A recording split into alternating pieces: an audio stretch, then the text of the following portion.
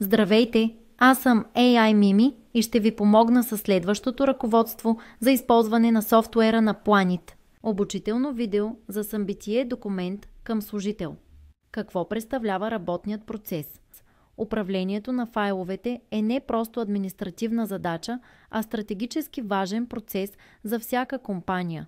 Добре организираната система за управление на документи гарантира прозрачност, ефективност и удовлетвореност, както за служителите, така и за мениджърите. За да могат мениджърите безпроблемно да споделят документи на своите служители, е необходимо компанията предварително да създаде структуриран и добре конфигуриран работен процес. Това включва дефиниране на всяка стъпките при създаването на работния процес. От споделянето на документа от ръководителя до отразяването му в личното табло на служителя. Какво ще научите в това видео? Това обучително видео е създадено с цел да ви въведе в процеса на споделяне на документи към служители по структуриран, ясен и напълно автоматизиран начин. Ще разгледаме стъпка по стъпка как да конфигурирате вътрешния процес за изпращане на документи, така че той да бъде интуитивен както за екипа, който ги създава и разпраща, така и за крайния получател – служителя. Реални сценарии, в които може да ползвате такъв тип процес, включват систематизирано разпространение на вътрешни правила, инструкции за безопасност или фирмени политики, разпространение на материали за вътрешни обучения или инструкции за ползване на нова система, например при внедряване на нов софтуер или процес, създаване на работен процес, вход в системата. Преди да започнете конфигурирането, е необходимо да влезете в системата със своите потребителски данни. След успешно влизане ще бъдете насочени към началното табло на системата. От навигационното странично меню изберете Настройки, за да получите достъп до административните конфигурации. Достъп до модул Работни процеси. В менюто Настройки изберете Работни процеси. Тук се намират всички налични процеси, които организацията използва. За да създадете нов, натиснете бутона плюс процес в горния ляв ъгъл на екрана. Ще се отвори форма, в която трябва да попълните ключова информация, дефинираща целта и типа на новия процес. Име на процеса. Въведете описателно име, което ясно да указва предназначението му, например документ към служител. Това ще улесни идентифицирането на процеса сред останалите. Събитие. Изберете от падащото меню типа на събитието, което ще задейства процеса. В случая също документ към служител. Това събитие ще бъде началната точка за активиране на действията в процеса. След като попълните нужната информация, натиснете бутона Запази, за да съхраните новосъздадения процес. Поздравления! Базовата структура на вашия работен процес е вече създадена. Следващата стъпка е неговото детайлно конфигуриране чрез добавяне на конкретни стъпки, които описват какви действия да се предприемат, от кого, в какъв ред и с какви условия. Добавяне на стъпки към работния процес. При създаването на процеса от тип документ към служител, системата автоматично създава една основна стъпка, свързана с подписването на документа от страна на служителя. Тази стъпка е видима веднага след създаване на процеса и може да бъде допълнително конфигурирана, за да отговаря максимално на вътрешните изисквания на организацията. За да разгледате или редактирате настройките на стъпката, натиснете бутона «Редактирай», разположен вдясно от съответната стъпка. Това ще ви даде достъп до подробни параметри и възможности за персонализация. Конфигурация на основната стъпка. В прозореца за редакция ще видите следните предварително зададени стойности, които могат да бъдат оставени или коригирани според нуждите ви. Име на стъпката. Въведено е подпис служител. Това показва, че на този етап от процеса системата очаква активност от страна на служителя, свързана с потвърждение или подписване на документа. Действие.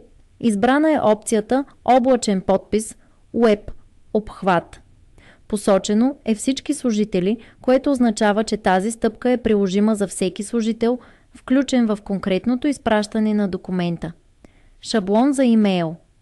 Зададен е шаблонът необходимост от действие по документи.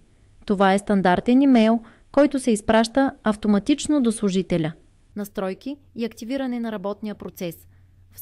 След като сте дефинирали основната структура на работния процес и сте добавили необходимите стъпки, следващият ключов етап е настройването на параметрите и активирането на процеса, така че той да бъде готов за реална употреба. Стъпки за настройка. Влезте в секцията Настройки на създадения процес, където ще конфигурирате следните ключови елементи. Шаблон за отказ. Изберете шаблона. Отказан процес. Този шаблон съдържа текст, който ще бъде изпратен автоматично на участниците, ако процесът бъде прекратен или не бъде одобрен. Шаблон за завършване. Изберете завършен процес. Това е шаблонът за уведомление, което ще бъде изпратено след успешно преминаване през всички стъпки и приключване на процеса. За да бъде процесът активен и видим за потребителите в системата, включете слайдера за статус в положение активен. Това е решаваща стъпка. Без активиране процесът ще остане в чернова и няма да се задейства при настъпване на съответното събитие. Демонстрация на управление на документи. Следващите стъпки представят как упълномощено лице може да изпрати документ за подписване, както и как служителят да го приеме и подпише.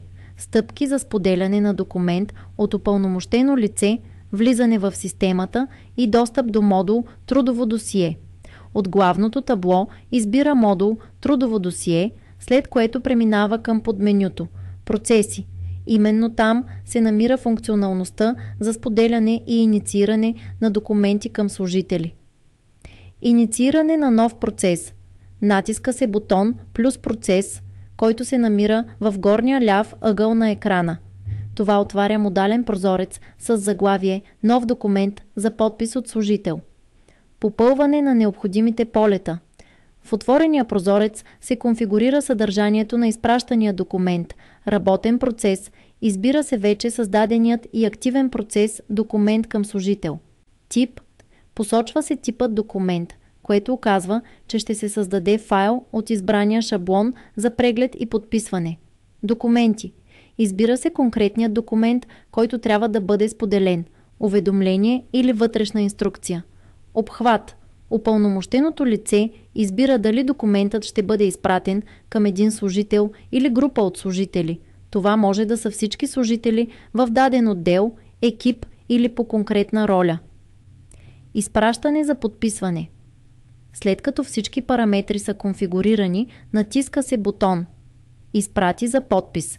Какво вижда служителят в своя профил? Преглед и подписване.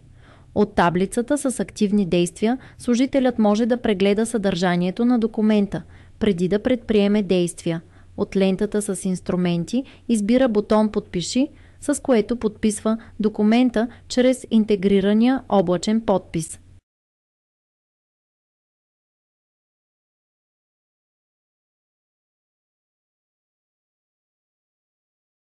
Заключение.